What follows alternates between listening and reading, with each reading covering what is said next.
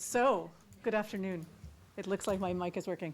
Welcome to this exciting panel on U.S.-Russian relations. What's next? We have, I'm Elizabeth Wood, and I am professor of Russian and Soviet history. I teach courses that are cross-listed in political science and history on Russian history, Soviet history, post-Soviet history, and I run the MIT Russia program. Unfortunately, Angela Stent is not going to be able to join us today, but because of the snow already hitting Washington, D.C. But we're very lucky that we have three very distinguished speakers, Barry Posen, Andrei Kozyrev, and Karol Savitz, who will replace Angela Stent. This talk is part of the Starr Forum. It's being live streamed if you have friends who want to watch it at home. It's co-sponsored by the Center for International Studies, the Security Studies program at MIT, and the MIT Russia program. We have a couple more Starr Forums coming up. One is on April 10th, Unfinished Revolution, the Challenge of Consolidating Tunisia's Democratic Gains. And then on April 3rd, we have Women's Empowerment, Are Global Development Organizations Helping or Hurting? Both of those are part of the Starr Forum. There are flyers for them at the back. There's a sign-up sheet if you want to join the Starr Forum mailing list. And of course, they're advertised all over the MIT campus. But definitely join the mailing list if you'd like. Special thanks to Michelle English, Laura Kerwin, and John Turman for organizing this symposium. And one more event to announce. On May 3rd, Andrei Kartunov, the head of the Russian International Affairs Council, will also be speaking in the MIT Russia series. So if you want to join the MIT Russian mailing list, let us know that. Maybe you add a note to the Starr Forum list. So my job today is a brief one. I want to briefly announce the three speakers and then have them take it away. The first to speak will be Andrei Kozyrev, who was the very first foreign minister of the Russian Federation after its independence in 1991. In 1974, he graduated from the Moscow State Institute for International Relations, in Russian known as MIGIMO, and then earned a degree in historical sciences as well. He joined the Ministry of Foreign Affairs in 1974 and served as head of the Department of International Organizations from 1989 to 1990. In October of 1990, he became foreign minister of the Russian Soviet Federative Socialist Republic, and then he stayed as part of what's now called the Russian Federation when the Soviet Union broke up in December of 1991. He has been writing on Russian affairs since then, as well as consulting to businesses. He emigrated in 2010 and actually lives in the United States. Our second speaker will be Karol Savitz, who is well known to many of you as my co-chair for the Focus on Russia series, which is also sponsored by the Security Studies and MIT Russia programs. Karol received her PhD from Columbia University in political science. She's written about Soviet Third World relations, the Israeli-Hezbollah War of 2006, Russian attitudes to Arab Spring, and especially the energy competition in and around the Caspian and the Black Sea. At MIT, Karol teaches a course on Russian foreign policy, if any of you are interested. Finally, Barry Posen is the Ford International Professor of Political Science at MIT, director of the MIT Security Studies program, and he serves on the executive committee of the Seminar 21. He's written 3 principal books and scads of articles. The 3 books are Restraint, A New Foundation for U.S. Grand Strategy, Inadvertent Escalation, Conventional War and Nuclear Risks, and The Sources of Military Doctrine, which has won all kinds of awards. But I think the most important thing is to say that we're meeting at a very interesting time when Russian President Vladimir Putin has just been reelected for another 6-year term with a 76.6% turnout of the vote, maybe. We've just had the poisoning of Sergei Skripal and his daughter Yulia in the UK, in Salisbury. We've had a number of contract soldiers killed in Syria, the Wagner Group. And so we have a number of questions our panelists may want to consider. We're at Putin 4.0. What does this signify for Russia? What do we think Putin is going to do next? Is he going to go for life term like Chinese President Xi Jinping? What will happen in relations between the U.S. and U.S. and Russia? that was a very interesting slip because I was going to say, are we really now thoroughly in Cold War 2.0? What will happen in response to the Skripal case? We already know that 23 diplomats have been expelled from Britain. What does it matter that Trump and Putin spoke today? What's going to happen in Ukraine? What's going to happen with nuclear issues given the saber rattling between these people? So lots to talk about, and thank you all for coming.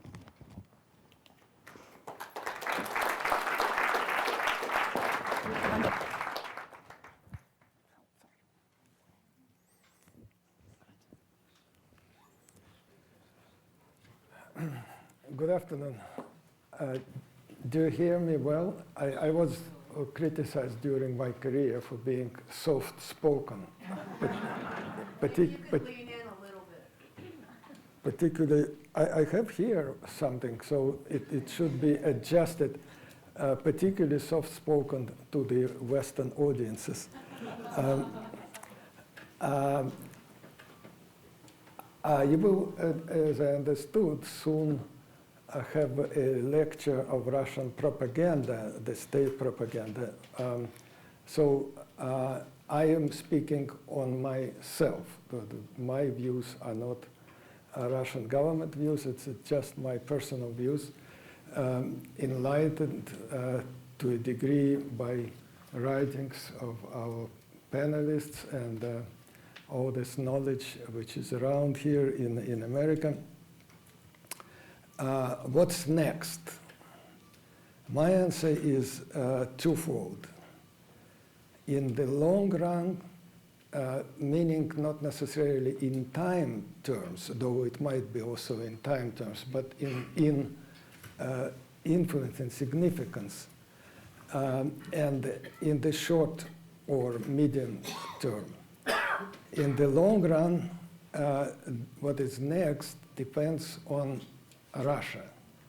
What happens with the regime, how long Russia will be still going on Putin's road. Whether it's Putin himself or his regime, that's more or less the same.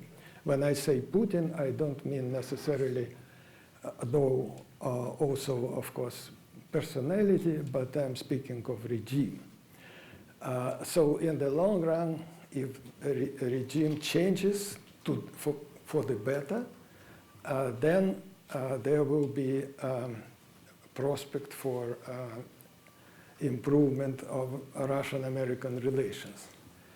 In the middle term or short-term sense, the key to what's next is in Washington, because Putin is stable on his course,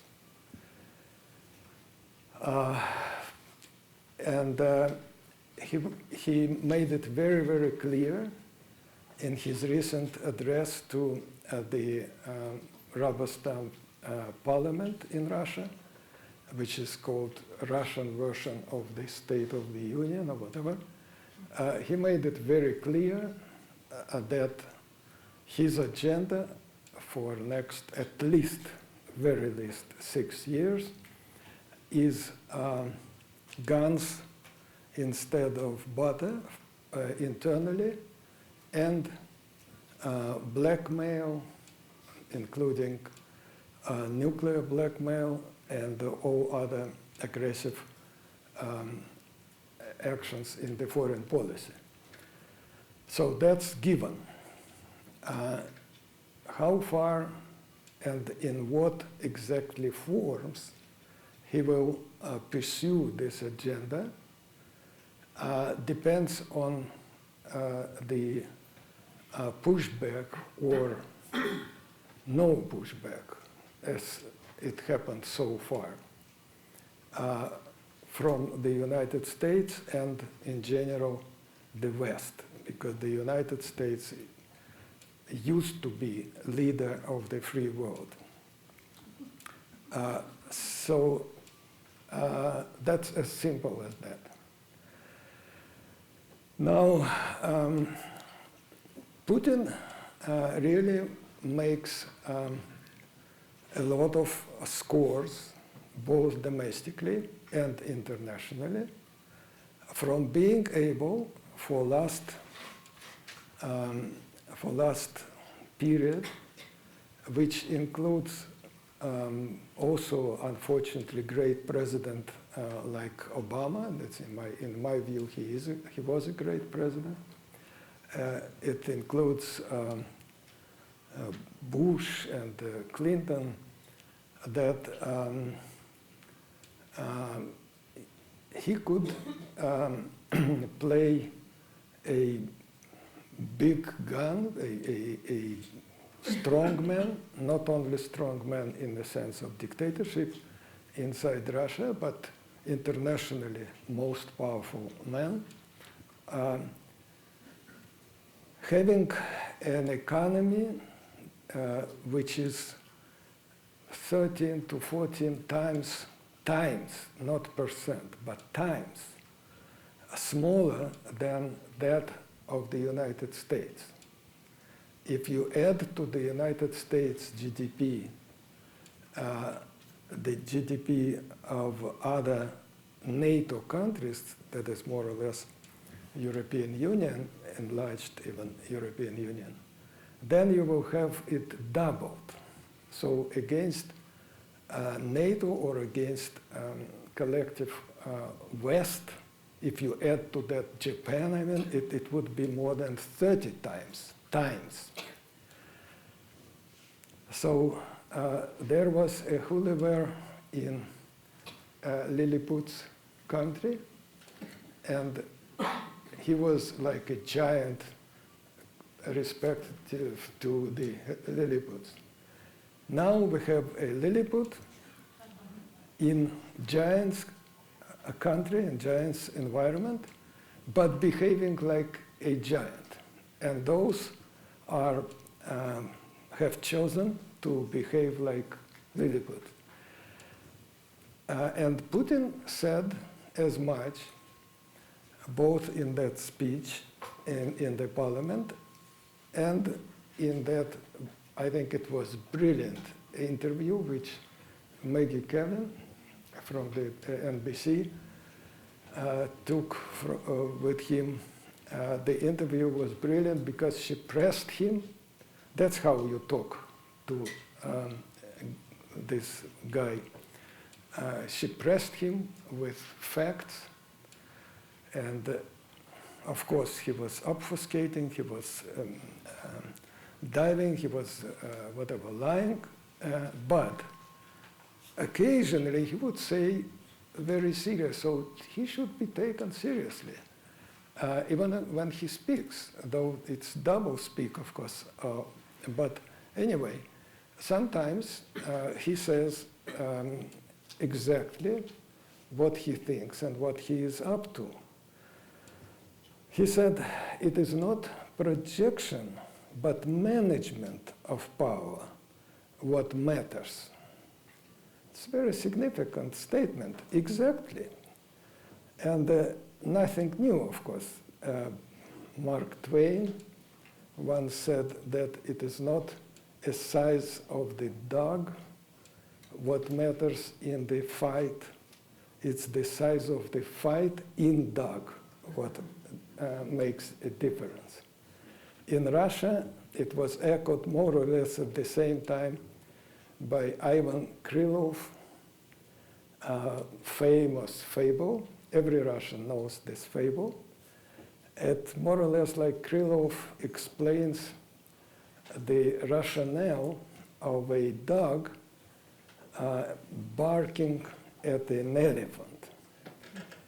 And the dog says, yes, I am barking at the elephant because it makes me feel good, and everybody thinks that I am a strong participant, that I am a bully, you know, without any fight. So without any fight, I become become regarded as a big gun, as a big bully. Well, that's exactly what is happening. And Putin said also in his interview, also very, very remarkable thing. he said, even if, of course, he's tried to deny Russian interference into American democratic process, but he said, even if there had been an interference, I couldn't care less. Exactly. Why should he? Even today, American president, supposedly a leader of the free world, just again said that he did not raise that. He just congratulated him, that is Putin, with his winning of elections. So if American president thinks that those were elections, we are in big trouble. Not only in Russia, and maybe even not so much in Russia. But of course, I mean, it demoralizes my friends, my democratic friends in Russia, because that's exactly what Putin was and is looking for, is any kind of legitimization of the sham procedure. It's not election, it's just voting procedure. I grew up in the Soviet Union, and we had elections believe it or not, every 4 years we had elections. We voted, not only inside the party, but also 100% of the population voted at electing so-called parliament or all kind of state bodies in the Soviet Union. So nothing new. I know how these voting procedures are managed. So it's legitimization. He's legitimized. There is an interesting saying in Russian that it's my domestic, my own kind of translation. It's like a debt is validated by payoff. So I think the debt is validated already with this legitimization for Putin. And believe me, with no pushback, Putin will be there paying back for the endorsement, for the legitimization for this debt in 2018 and in 2020 with his trolls. So what's next? I don't know what, English is my second language, so I'm not sure that collusion, cooperation, understanding, mutual indebtedness, whatever is the right way to put this, but that's one scenario. And the relationship will be very tense, and Putin will do a lot of bad things, but probably to America, to American people, to Western people, but not to Marie Le Pen or some other.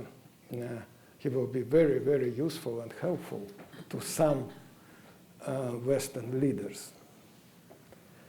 He will do a lot of harm to Russian people, but will benefit from that as he does himself and his regime. That's one. The other scenario is if, like Congress voted, American Congress voted overwhelmingly in both chambers for pushback against Putin's interference in America. You know the law. if that law is fulfilled, if that law is abided in both in letter and in spirit, which is not the case so far, unfortunately, but there still is a possibility, then Putin will find his limits.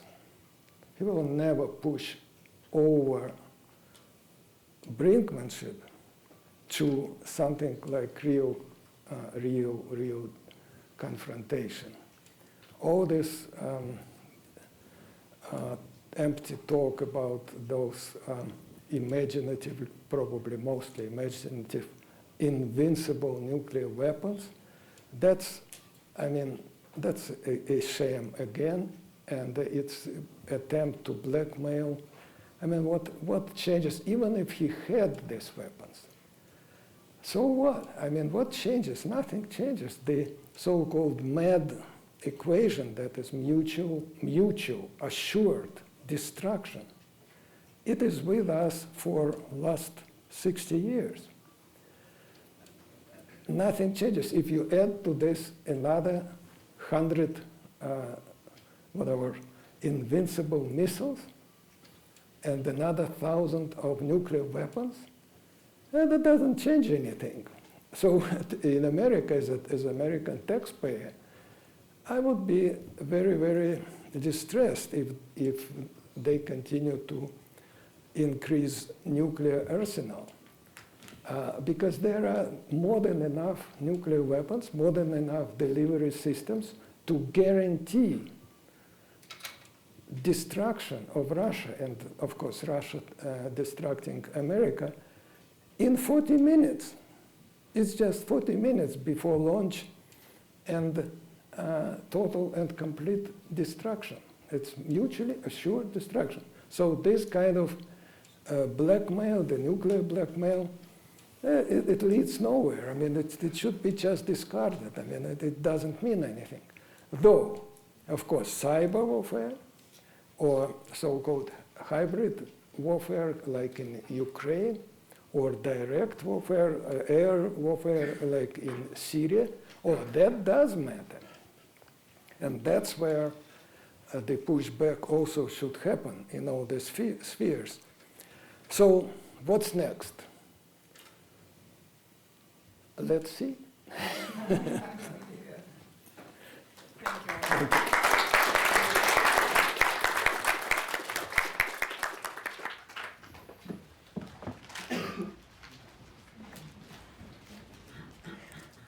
So as Elizabeth said, Angela couldn't make it at the last minute. The weather gods seem to be angry at Washington, D.C. before they're getting angry at Boston for the next time. I don't know if Angela would agree with everything I'm going to say, but I do know that she would argue both for countering Russian aggression and for also, at the same time, trying to find ways to deal with Vladimir Putin and to engage with him. I thought I would take a slightly different tack from Andrei's and look at some of the discussion about what the sources of the current conflict actually are, and then speculate about where we might be going forward. There are lots of different narratives about how we ended up in this Cold War 2.0, and I guess we could discuss whether or not it really is Cold War 2.0. One set of explanations deals with NATO expansion. Some people would argue that it's all about broken promises that were made to Gorbachev in the time that we were negotiating German reunification. Others would argue that all those promises were just about Germany and not about the rest of the former Eastern Bloc. Yet a different set of scholars says, no, those weren't the important negotiations. The important negotiations were during 1993, when we see a shift on the part of the Clinton administration between negotiating for a partnership for peace, which of course included Russia, and then the shift to NATO expansion, which was really part of sort of an intra-administration debate in Washington. Regardless, we do know that Putin actually approached W when he was in the White House and asked about Russia joining NATO, and he was rebuffed. I don't understand how Russia ever could have been incorporated into NATO, but nonetheless, the approach really did take place. I think that Putin came into power determined to restore Russia's superpower status and that he initially sought to do that, in effect, by bandwagoning with the United States.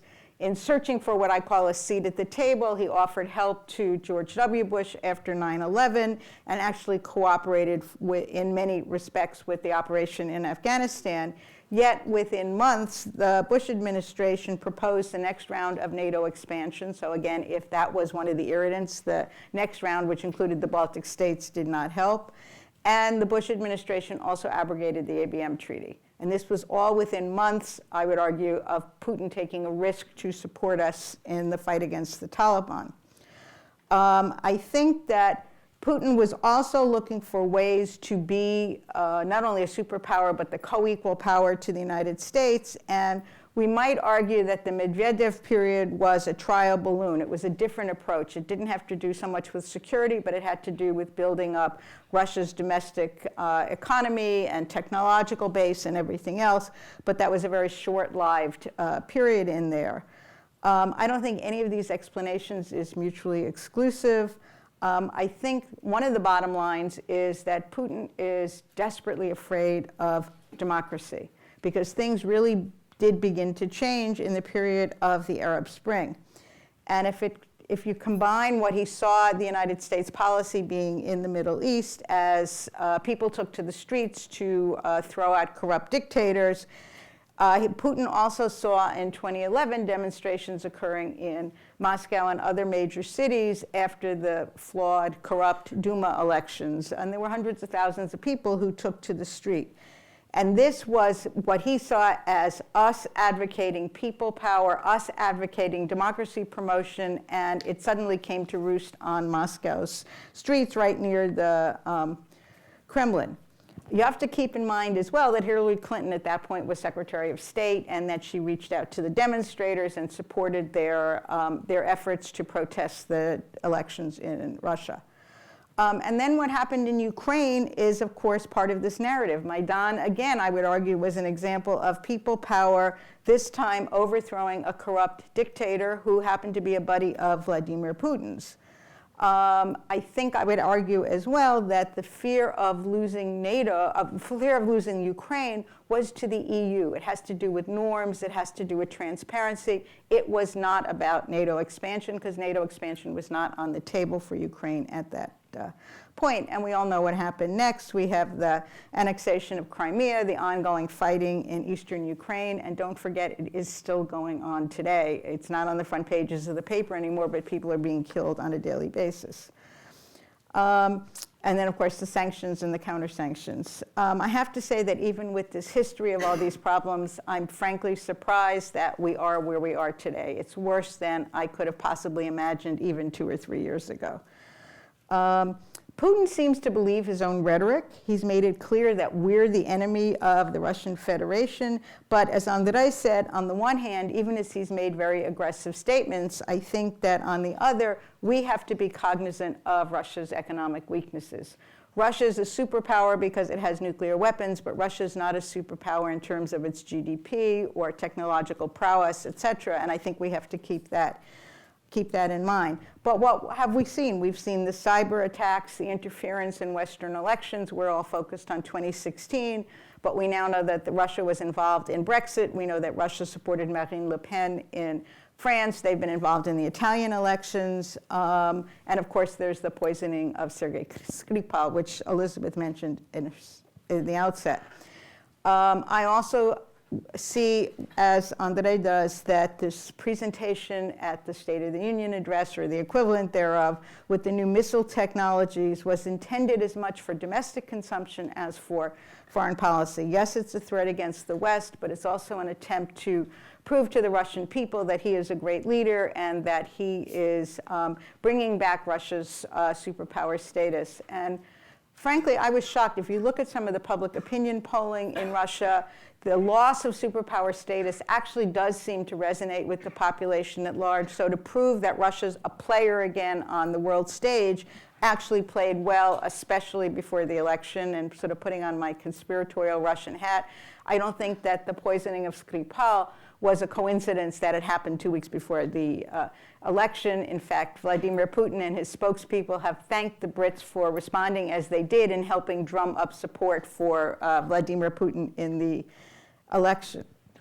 I thought that Syria was possibly a place where we might have cooperated with them, but of course Russian actions there really belied any chance that we would coordinate our efforts, even though we have the deconfliction zones and everything else.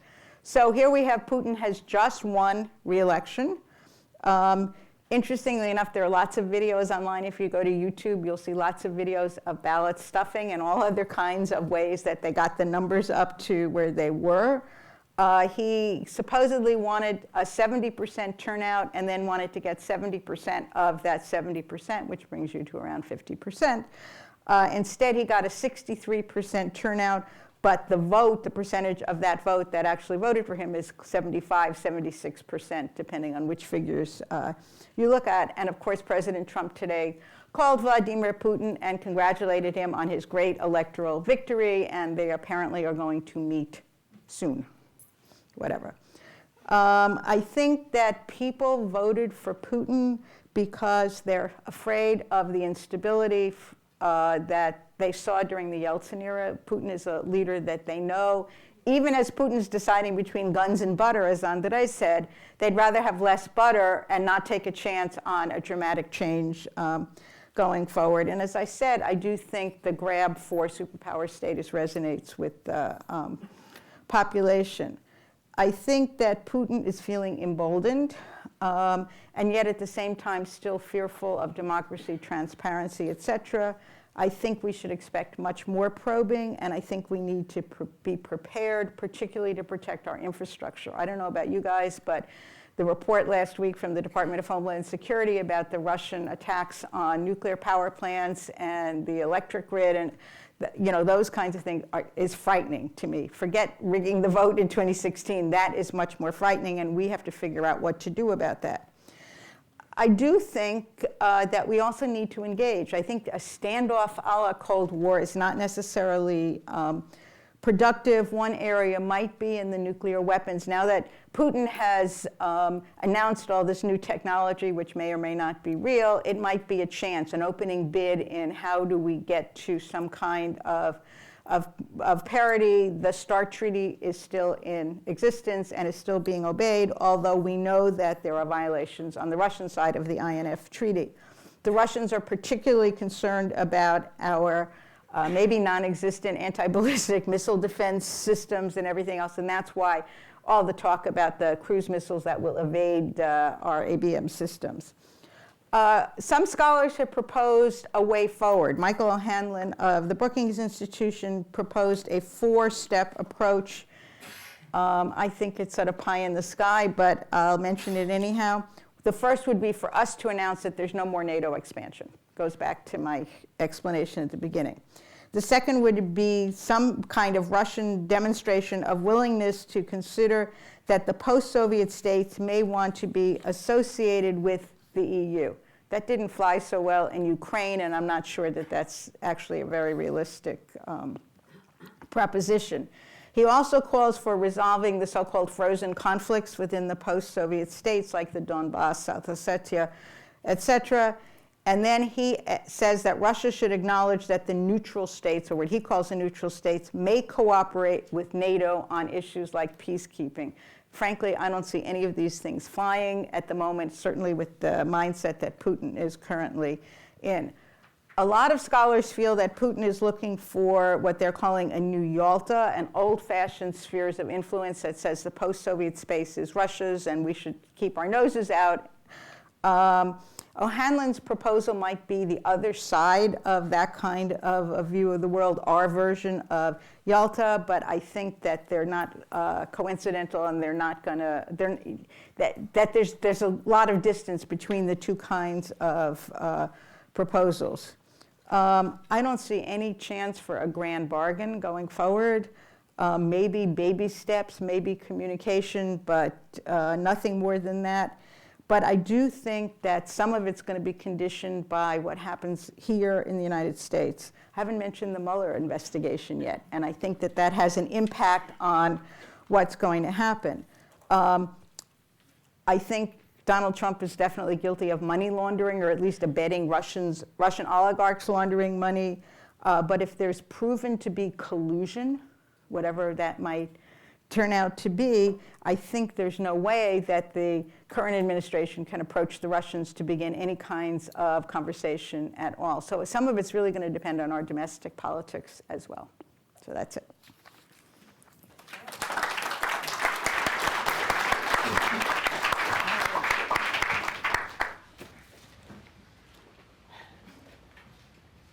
Up to you. You're following I guess a decision was made. So I don't want to sail under a false flag here. I am the only person on this panel who is certified not to be a Russian expert. That's why I asked I am a certified non-Russian expert. I'm going to talk about two things. I can't resist the opportunity to flog an article I just wrote in Foreign Affairs called The Rise of a Liberal Hegemony, which is about Trump's foreign policy, and I'm going to talk about what I take Trump's foreign policy to be. Don't take me too seriously on that, because it could change tomorrow. And then I'll try and talk about what's that got to do with Russia. Now, first of all, we have to look back a little bit, and this relates a little bit to Karol's story. More or less since the end of the Cold War, the U.S. foreign policy establishment, and here I include Republicans and Democrats, settled on a strategy which I and some others have called liberal hegemony. There were some debates across, perhaps even within the two parties, about details of the strategy, but on the broad brush aspects of it, there was agreement. Basically, it had two aspects which are captured in the idea of liberal hegemony. First, the U.S. must try to preserve the unusually superior material and political power position that it realized at the collapse of the Soviet Union. The United States was unusually powerful, even relative to past hegemons. And it took us like, a nanosecond to go from, this is interesting, to it must be preserved forever. This is so great, this must go on. And then the second aspect of it was that the U.S. should try to turn its Cold War alliance of largely liberal, capitalist, free trading, democratic, domestic and international rule of law, devotees, pliant allies, that coalition with which we won the Cold War, into something else. And that coalition should be turned into the U.S.-led liberal world order, which is what people in Washington now like to call it, the U.S.-led liberal world order, i.e. former adversaries and new rising powers should get with the program and sign up, with the U.S.-led liberal world order. Now, we spend a lot of time claiming that there is a U.S.-led liberal world order and that Russia and China are subverting it. I think this is wrong. I think they never joined the U.S.-led liberal world order.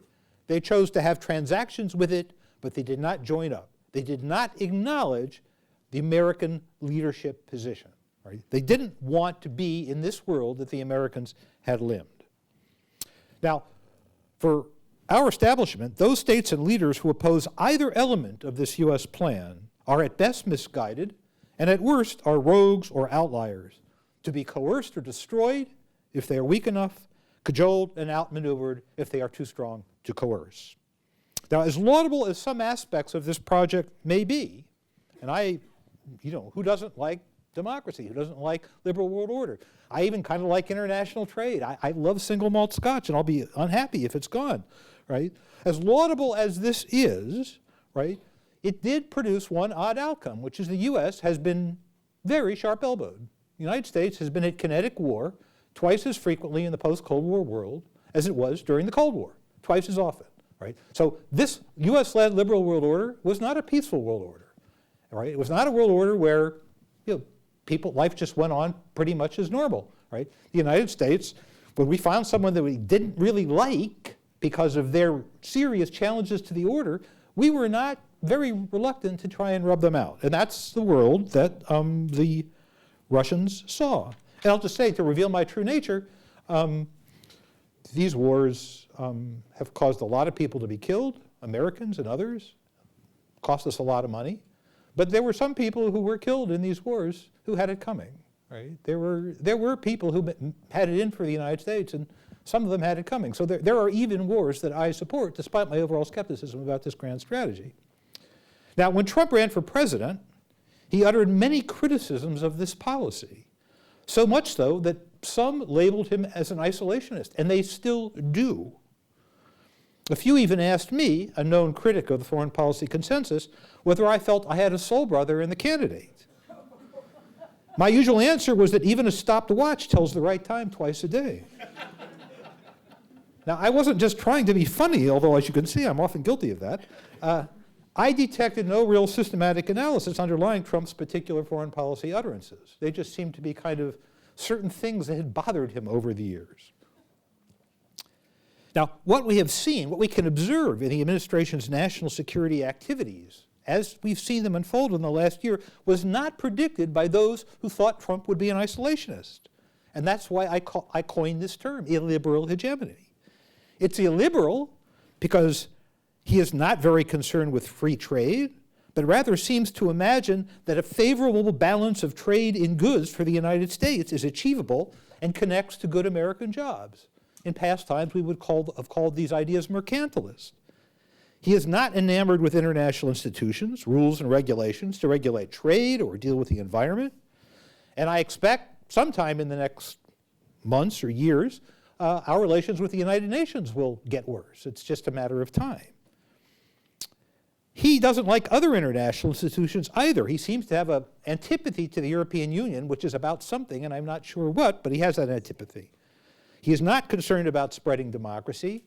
People in his administration will utter things about Iran's failure to be a good democracy because it's the club to hit the Iranians over the head with, but they could care less about spreading democracy.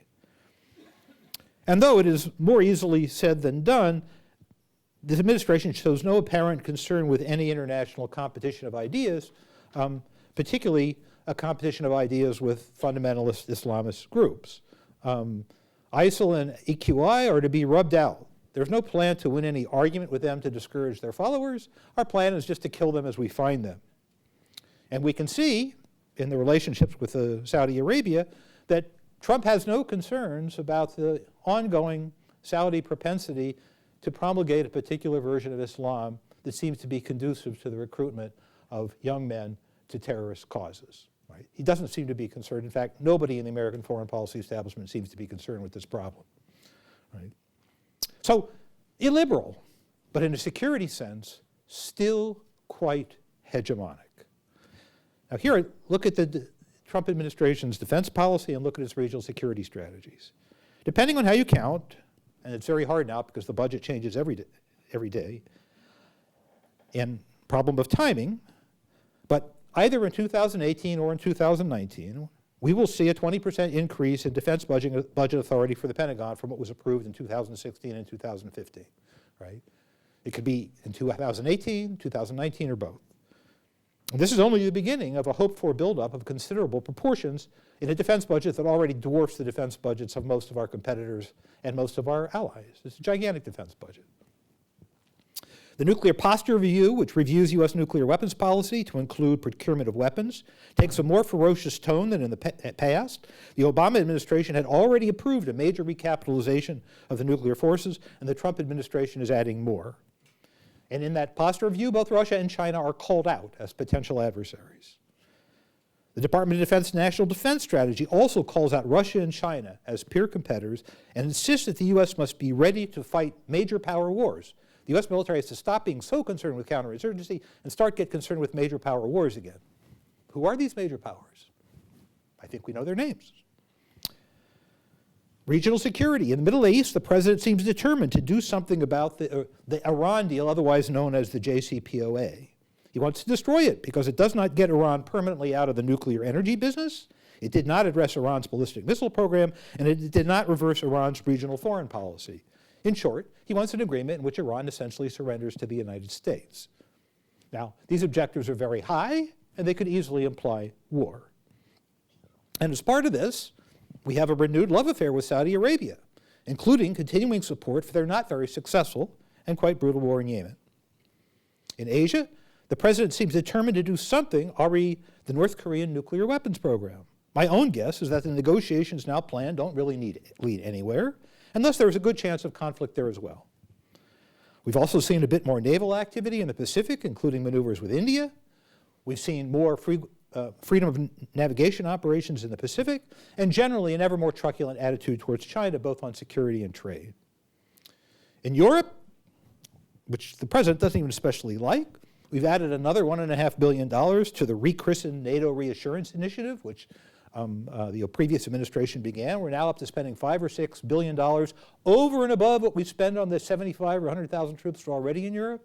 Another $5 billion or so a year, just to kind of try and deter the Russians and make the East Europeans feel better.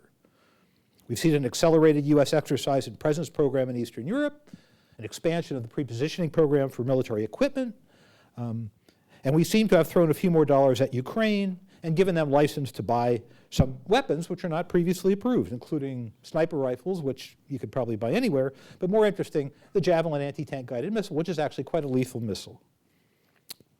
In the global war on terror, after musing about leaving Afghanistan, they have instead doubled down. The Obama-initiated campaign against ISIL in Iraq and Syria has been carried through to at least a kind of victory, right? The cities where they lived, we have taken. Whether the organization is dead or not is another question. We dropped many more bombs in both places in the year since Trump has been president. We were dropping before. And we are staying on with thousands of troops in Syria and Iraq, 2,000 or more, probably more to tilt with Iran than to deal with ISIL or anything else. So overall, we see a pretty ambitious effort to keep the U.S. #1 militarily, not only in extent military power, but in terms of military presence and superiority in the same three key regions that past administrations had identified. This is not an isolationist grand strategy. It is a military grand strategy. It is a realist grand strategy of a type, but it is not an isolationist grand strategy. Right now, we have two wars on the agenda, one in Korea and one in Iran, and it's a coin toss which one happens first. Now, of course, the big question for the panel is, what about the Trump administration and Russia? Here, all I can offer is a kind of rank speculation. We know that the president holds back on condemning Russia for its mischief here and abroad, or ordering much of any activity by way of punishment or countermeasure. He has, however, not stopped those in his administration and the national security establishment who are responsible for countering Russian military power from focusing on Russia as a threat and doing so openly. He may even believe U.S. military power is an asset in dealing with Russia. He just doesn't want to talk about it. But from the point of view of Russia as a political threat, he and his administration seem remarkably quiescent. And the general suspicion, as Karol mentioned, is that this is a kind of thank you for past Russian services provided to Trump of one sort or another. If Russia has some kind of leverage, it is hard to see what additional behavior, short of the Russians invading another country, would cause a stronger reaction than we have seen from the Trump administration. And hence, it will be up to others to demonstrate more energy in countering these Russian activities, but this raises the immediate question of who? Right? And it's just not obvious that the Europeans, who are the other liberal democracy in their gun sights, are really that interested in a true brawl. British expulsions of Russian agents accepted. Now, it's always a good idea to have at least one other hypothesis on hand when you try to explain a policy, and here I'll offer you another one that relies entirely on straws in the wind. And it could be in sync with the first strategy, but a little bit different spin. We know that Trump talks to Henry Kissinger, and Henry Kissinger argues that back in Cold War days, the U.S. opening to China, which he and Richard Nixon engineered, helped to backfoot the Russians. This is Dr. Kissinger's story in all of his diplomatic histories that he's written about his diplomatic achievements, that they found a way to use China to backfoot Russia. Now, it's not clear in the story what we got for backfooting the Russians, but the evidence is clear in the historical record that his contacts with China drove the Russians to distraction. It is also the case that Dr. Kissinger liked secret back channels and liked secret diplomacy. He in fact had one with Russia through Ambassador Dobrynin, which is chronicled in a big book you can get from the US GPO, which has all of the documents of both parties, including Dobrynin's reports home. And you can see in those documents that Dobrynin was driven to distraction. And the Russian government was driven to distraction by rumors of Kissinger's approach to China. And of course, the initial approach to China was also kept secret. Now, we know that President Trump is really concerned about China, really concerned. And we know that he mistrusts most of the US security policy apparatus, with the possible exception of the United States Marine Corps. So I do wonder whether Trump in his own way, and I stress in his own way, picked up the idea from Henry Kissinger that maybe the US could leverage China through some kind of entente with Russia, in the same way that Nixon and Kissinger believed that they leveraged Russia through their entente with China. And might also believe that such an entente can only be engineered through secret diplomacy. Now, this is only a working hypothesis, it's not a conclusion, and it does not exclude the possibility that Russia has some kind of peculiar leverage on the president. But be that as it may, this hypothesis as well suggests that Russia has some running room, because if the president entertains it, he surely expects to engineer, in his parlance, a pretty big deal, and will be loath to give up the possibility of such a deal.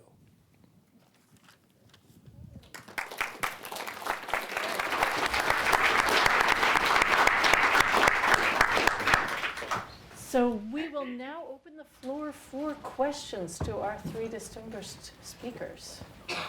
There are mics. Yeah, and there's mics, yeah. Go ahead, and, well, we can repeat the question if people can't hear. Hi, everyone. My name is Richard. I'm a PhD student from MIT in applied mathematics. I want to ask about the 2016 Russian interference of the US election. This is not the first time that the Russia or the Soviet Union spread misinformation against Western democratic institutes. Yet the Western response against such disinformation campaign has been consistently weak. In the long term, what should the West systematically do to improve its defense against fake news coming from Russia? And in the short term, what should happen between now and November the 6th before we see, fake news generated by the IRA saying, I don't know, Nancy Pelosi invented AIDS or something? Thank you.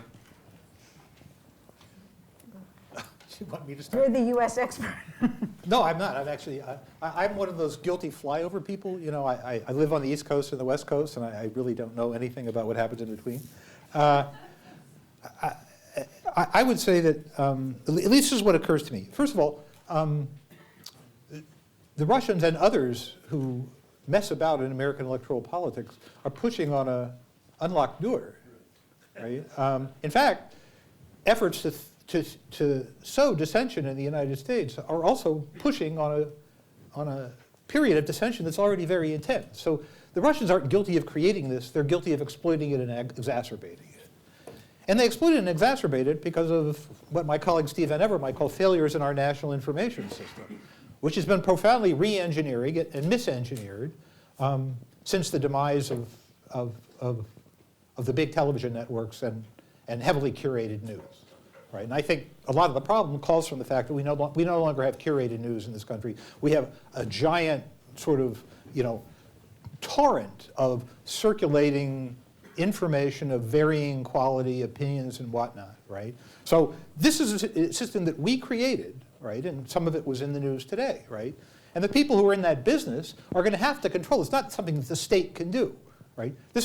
People have to have ethical predispositions to control things like Facebook, right? When I say control, I mean to police them for errant nonsense, right? There has to be an ethical predisposition on the part of these companies. It's going to be very hard to legislate, right? So, this is a kind of, I'll be naive here, but this has to be seen as a kind of patriotic duty, right?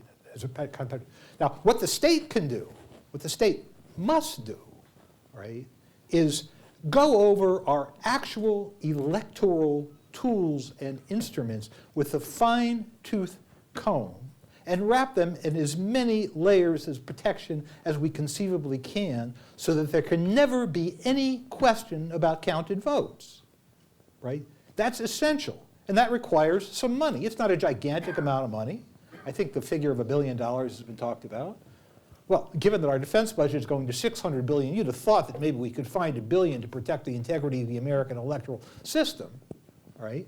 So that's obviously a key thing, a key thing that we have to do, right? And then finally, and this is a hobby horse of mine, and some people will think it's naive.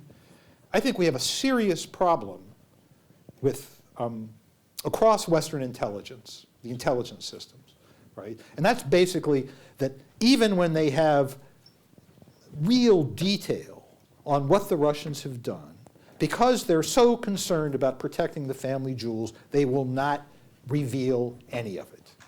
Right? They're obsessed with preserving their tools. And by the way, they're not very good at it because we lost all these offensive cyber tools to cyber burglars. But somehow, whatever it is they use that caused them, towards the end of the campaign, to say, look, we know the Russians interfered, but they wouldn't provide any evidence whatsoever other than some stupid discussion of what RT had done, right?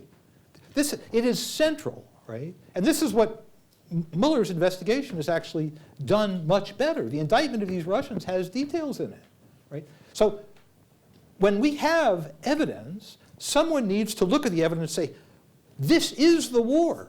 This is the political dispute. We have to use this evidence, and if we compromise the source and method every now and then, so be it. All right, let's take something from this side. Hi, my name is Vlad. And I have a short question. So, considering that the economy of Russia is approximately the size of that of Italy nowadays, what is the main source of power? What is Russia's main source of power? And considering that the Cold War is over and Russia is not anymore an ideological adversary, why is it still portrayed as such a antagonist? Maybe you should want to pick start? some And of I'll it. Yeah, I think I would try to combine, add something to previous answer. I agree with what you said, but I think what would be very, very helpful and what is urgent even is to make a government, that's what a state can do. Make it clear that Russia is adversary. Like Cold War, in the Cold War, after the Truman administration, it was very, very clear, and that's important. It's not just words, it's not empty words. It sets, so to say, the music. And this music is listened all over the world and inside the country. Let's assume that a junior Trump was just naive, meeting with the Russian agents or whatever, the so-called attorney or whatever it is. Naive, yes, that's interesting. The guy is 40 years old. And maybe he really believed the previous narrative, also state narrative, promulgated by even by the Bush senior administration, then all American administrations and all governments in Europe, that Russia now is totally different and everything. Maybe I kind of overplayed my hand. I persuaded them that but I said we wanted to be, but we failed. We wanted fundamentally change Russia, but I own it. We failed to do that. Russia did not change. It is the Cold War. It is not even the Cold War #2. It's just the same old, good Cold War. And you say that there is no ideology. There is an ideology. And Putin explicitly explained it again in his recent remarks. The ideology of autocratic, some say kleptocratic regimes, against democracy. That's the point. That was in the Soviet Union. I grew up in the Soviet Union. I was once a member, of course, of the Communist Party of the Soviet Union. In my time, nobody took it literally. Nobody actually believed in communism. Everybody knew, I mean, of course, we were seeing the international, the party, you know, and we were speaking of communism, and everything was communism, and we were called communist party. But it was bureaucratic organizations. It's the same as today's so-called United Russia. It's bureaucratic organization called party, which is another tool of autocratic regime. So actually, except that the red flag was changed to tricolor when we were in the so-called White House on 1991, August 19, yes, we meant it. And it was for real that when we were waving the tricolor flag against the Soviet red flag. Because we wanted, as I said, we tried seriously. But we failed. So in the end, it's just red flag changed for non-red, tricolor flag. But that should be made official policy. It should be told. And it's, you know what? It's international. Some people say that it's not Cold War because Cold War was global. It is global. Just look at China. China and Russia, again, are allies ideologically or politically against the United States. Why? On the same ground, on the ground of ideology which juxtaposes a leadership in China which has no end, right? One person has now no limits, how long his power. Same story with Putin. Putin already 18 years in power, and believe me, the 6 years, it's a joke. I mean, he will be sitting there in real power as long as he wants. And with all due respect, but Medvedev, he was just a puppet. So nobody took him seriously inside Russia. So it was so obvious. There was a kind of, okay, there was a joke that his wife, Medvedev's wife, after so-called election, when he was elected president, came to him and said, "Today you will have a dinner with the wife of the president." She came to Medvedev. And he said, "Oh, it's okay, but does Vladimir know that?" So that's a very popular joke in Russia. So, I mean, yes, it's global. And look at this. Russia, for last 5 years, or last, yes, already 10 years, for the last 10 years, provides aid, financial aid and material aid to Cuba. Number one, I think, was at times Venezuela, Syria, and North Korea.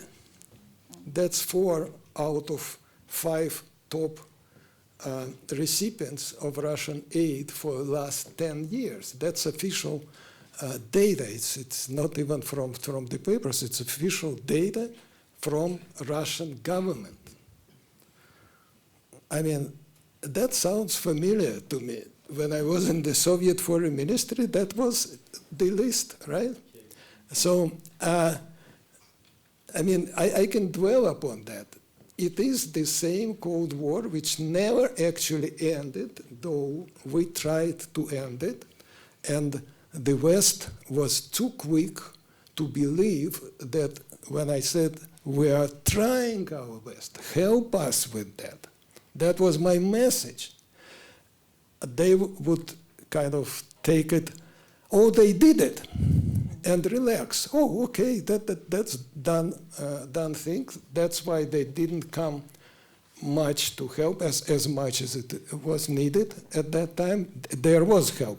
I mean, all this is, what is the word? Nonsense. That the West was not helpful, that the West humiliated Russia. I was there. The West, the American administration, Bush Sr., Bill Clinton, they were helpful. They did a lot for Russia. They helped us to collect the nuclear weapons from other states. They helped us to sit in the Security Council, which I regret now. I was fighting for that. But who helped us to keep the Soviet seat? It was not, I mean, automatic. Automatically, it should be, by international law, there should be a conference of all 15 former Soviet republics, now independent states. And you could imagine what kind of conference it would be. It would be probably till today discussing who is to succeed the Soviet Union in the Security Council and who is to succeed the Soviet Union as the sole owner of the nuclear arsenal.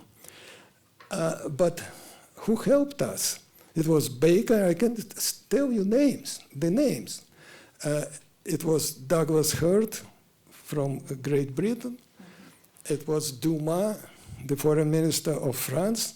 And all together we worked with Chinese, and they just nodded. They said, oh, it's okay, because those were the nuclear powers which mattered. So, I mean, it was tremendous help, but not enough in economic terms for us to succeed. But failure to succeed is ours. It's not American. It's not the West. It's not expansion of enlargement of NATO. It's a joke. They would never, my successor, who was in my time head of the security apparatus of the KGB successor organization, mind that. And he would not take NATO for any price. He wanted NATO to be dissolved, and his logic was very simple. It was not NATO enlargement what bothered him. It was that the Warsaw Pact was dissolved, the Soviet Union was collapsed actually, so the same should happen in the West. NATO should be dissolved, and probably America should collapse, right? It's like Texas and California should go independent, something like that, to match. Otherwise, it's unfair. That's the idea of an unfair treatment. So everything else, it's just ballooning. It's just propaganda. So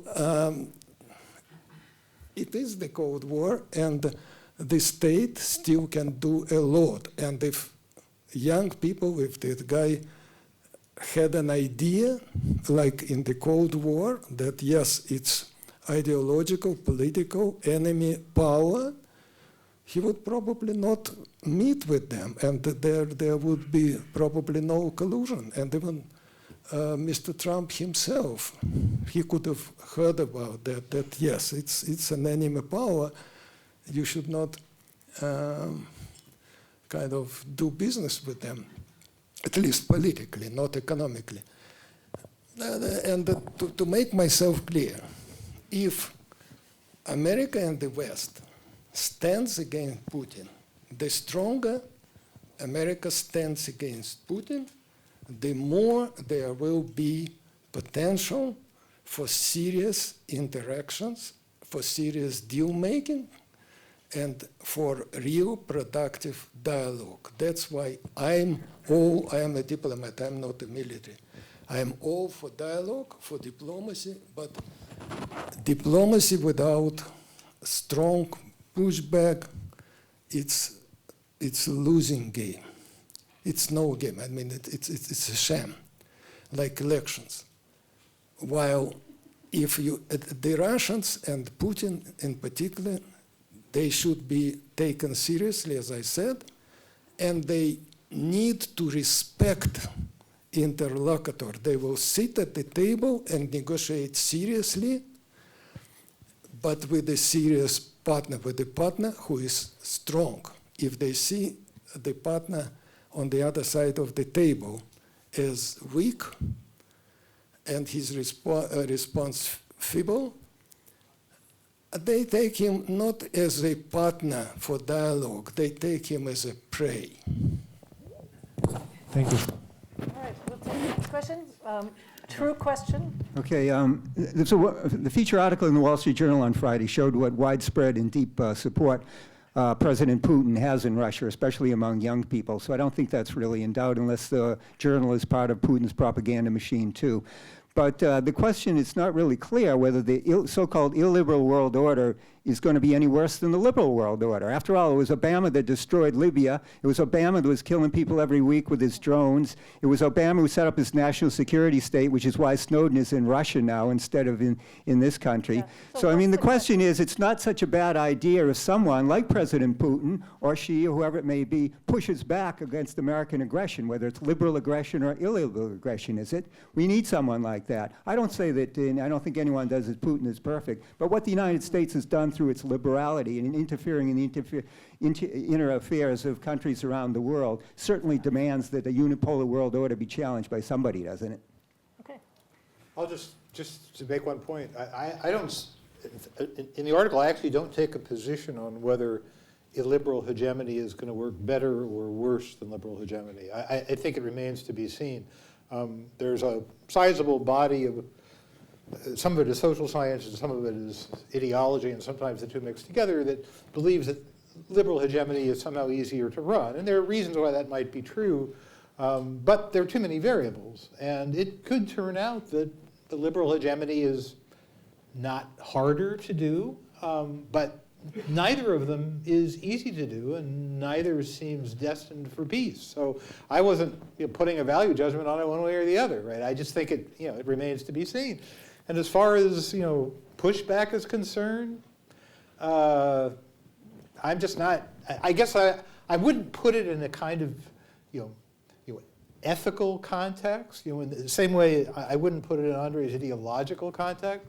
I have a kind of despite my somewhat sarcastic discussion of Henry Kissinger, I have a sort of Kissingerian view of the world. It's great powers compete. And I don't want to call our competition with Russia and China a Cold War and get people riled up about it. The last time we got Americans riled up about a Cold War, a lot of mistakes got made, right? Mm-hmm. So I would just accept that we live in a world in which great powers are going to compete, and sometimes they compete in ways that are unsavory, right? And our job is, as Americans, is to make sure that these other powers don't change things in a way that's really inimical to our security. But it's also to look into ourselves and ask, is our particularly expansive, hold aside the question of expansion, but our expansive view of what it takes to keep us and our friends secure, does it really make sense? And are the policies we've developed to pursue that expansive view working all that well, right? And that's where I've kind of lodged my critique. Very good. All right. We'll take the next question. Thank you. So my question is to Kozyrev. Mr. Kozyrev? Yeah, as the diplomat here. And it's in terms of U.S.-Russian relations, Russia has a rather unified front. The various political leaders speak of a similar voice, whereas U.S., for example, Trump and Nikki Haley have two often different public stances. Mm-hmm. Do you see there being a need for either to change in order to work together or to engage each other better? Well, first of all, let me add a little bit.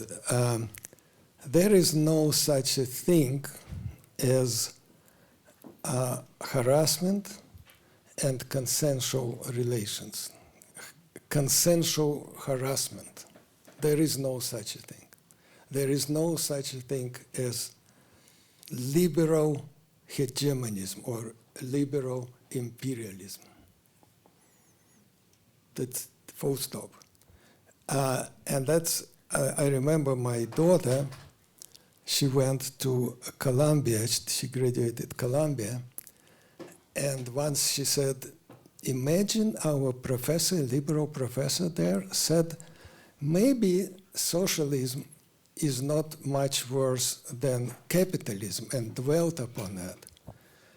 And I said, I mean, that's a point of view. But she said, you know, I could not but raise my hand and make a remark that she said, I lived there. I am coming from there, from socialism, because she was 13 when the Soviet Union collapsed. So she said, I lived there.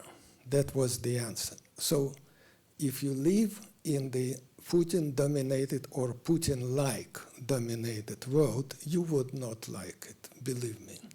It is a big difference. Now, you know, as far as I remember, America never spoke in one word, and that's the strength of American democracy. There are different points of view. The Congress is not a rubber stamp Duma or parliament, whatever you call it, in Russia, and that's the strength of America, the variety of views. And it's very inconvenient being foreign minister or dealing with America and having to consider all these differences, which we had to do. I had to do daily. I mean, there is White House, there is a Congress, there is a Foreign Relations Committee, one controlled by Republicans, one controlled by Democrats. If it is George Bush, the senior, he lost the elections, if you remember, and the policy became weak and weak. They wanted, I think, to help us more, but they could not. Then Clinton came, and the young beauty also came to Clinton, and then what happened that he was weak and he could not deliver. He could not even focus on the Russian-American relations, which is understandable.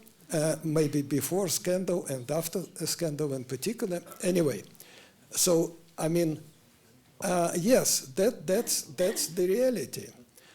What I would like, though, that at least the White House speaks clearly, consistently, and on at least basically on the side of democracy, which means not congratulating a dictator for winning the sham elections.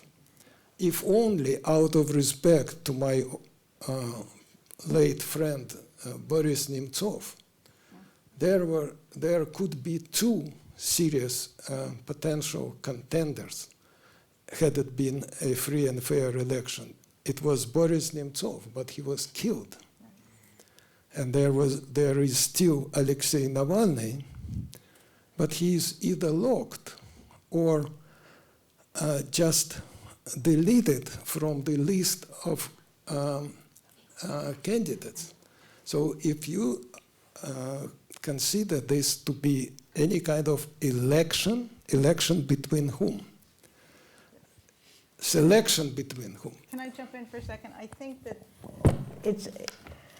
it's an oversimplified view to think that there are no policy discussions within the Kremlin as well. I mean, yes, Putin is a very different kind of leader from any US president. There's no question about that.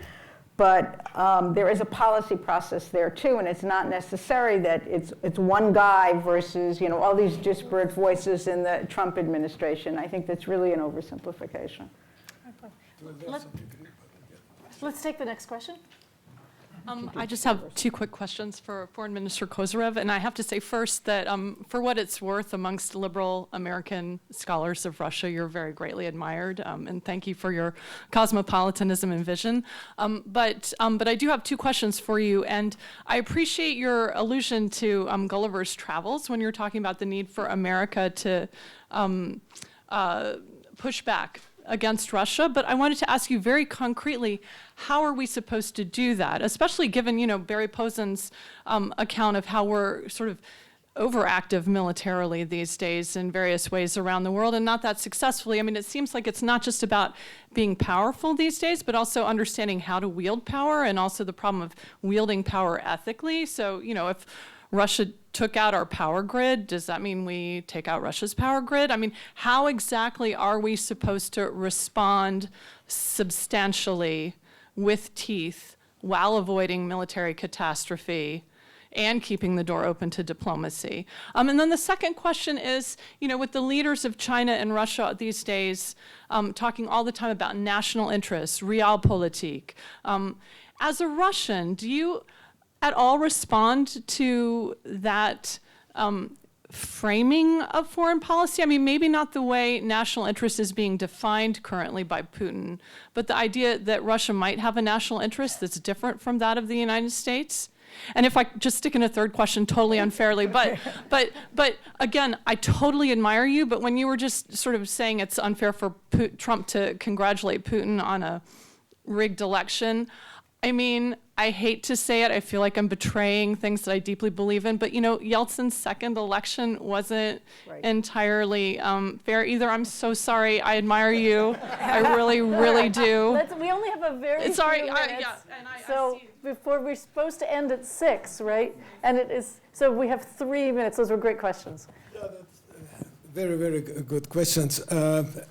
It's, as I said, it's very important to set a music. Then diplomats, military, economic, all branches of government start to play by this music. Even public starts to play. Even Facebook. I mean, it's a young guy there. It's a genius in computer science. My son is now studying computer science in Cornell. But I mean, I don't even understand what he's talking about. But anyway, so this guy is a computer genius. He created a great company, but nobody told him. I mean, again, he does not know that Russia is, now he learns that it's toxic. But he had, in the Cold War, if it was a kind of more clear message from Washington, that would set up a mind even of Zuckerberg. He is not a politician, but he would think, oh, Russian, probably we should be cautious at least. That's how it works. That's why I say that it's very important to pass the word from the government. That's what government can do. Government in America cannot dictate Zuckerberg what to do. But he will listen definitely, out of patriotic or out of whatever. That's number one. Number two, I mentioned the law. Let us not invent anything. There is a law passed by the Congress which actually demands action. And that action is very good. That's exactly what I would do. Just we need the administration to implement the law. They published the list, maybe except for 1 or 2 names which are questionable in that list. Otherwise, that is the Russian ruling class which participates in Putin politics, including aggression in Ukraine, which is undeniable. And so it's undeniable fact. And that's ruling class benefits not only oligarchs, but everybody on this list. They serve the regime. They benefit from the regime. And the law says that first publish the list, then discuss it a little bit, and then take action. That is sanctions against these group of people so just do what the law demands to do, and we'll see how it works. It will work. It will work very, very powerfully. It's much better than nuclear empty threats or something. So next, what was it? So I just want do to we give have time? Barry and Karol a chance if they want to add one last word or one last thought in relation to these questions. I think you pose a really good question. What should retaliation look like if something like this would happen? I think we have to be careful. I think we have to monitor, because it would be very easy to trip over into some kind of more nuclearized, military confrontation. If you look at the Russian nuclear strategy, it says that they would use nuclear weapons if there were an existential threat to the existing government. Would they see our attempt to shut down their electric grid as some kind of existential threat? I think we really have to be very nuanced in our approach, but that doesn't mean that we shouldn't do something. And Barry, the last word? I think Andrei and I have a kind of a disagreement, which is I think it's entirely reasonable for the Russians to not want Ukraine to be in our orbit. It's entirely reasonable. If somebody wanted to put Mexico in their orbit, we would oppose it. In fact, we always have opposed it, right? Canada and Mexico are in our orbit, and if anyone tried to change that, there would be hell to pay, right? And we did try and change it, right? The Europeans tried to change it in a political sense, and it's perfectly reasonable for the Russians to assume that where EU treads, NATO will follow. These are perfectly reasonable things to assume. Now, I'm not going to be an apologist for the methods that the Putin used to try and short-circuit this, right? They tried bribery and corruption, and that worked for a while, and then we backfooted them on that one. They reached into their bag of tricks, and all they had left was little green men, and that's what they played, right? I think they overplayed, and I think they've paid a little price for that. Maybe not big enough, maybe there's more people to sanction, more ways to annoy them, tit for tat. Yeah, sure, that's the way you have to play the game. But we have to ask ourselves strategically, right? Do we want to be married to the Ukrainian regime? I see no reason whatsoever.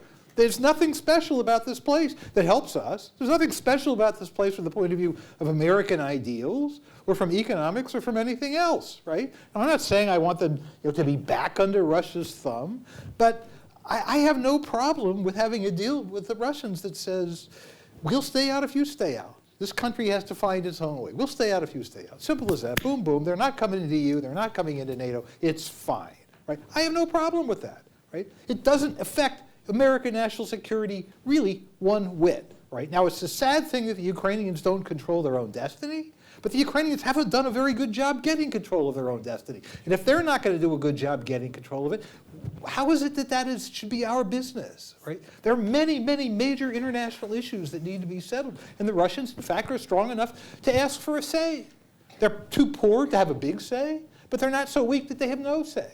That's international politics. It's the way it works. Last time speaking for the Russian government, it's not in the offer. You stay off and we stay off. The offer is you stay off and we stay in. So with that, let's thank our speakers for a very interesting panel.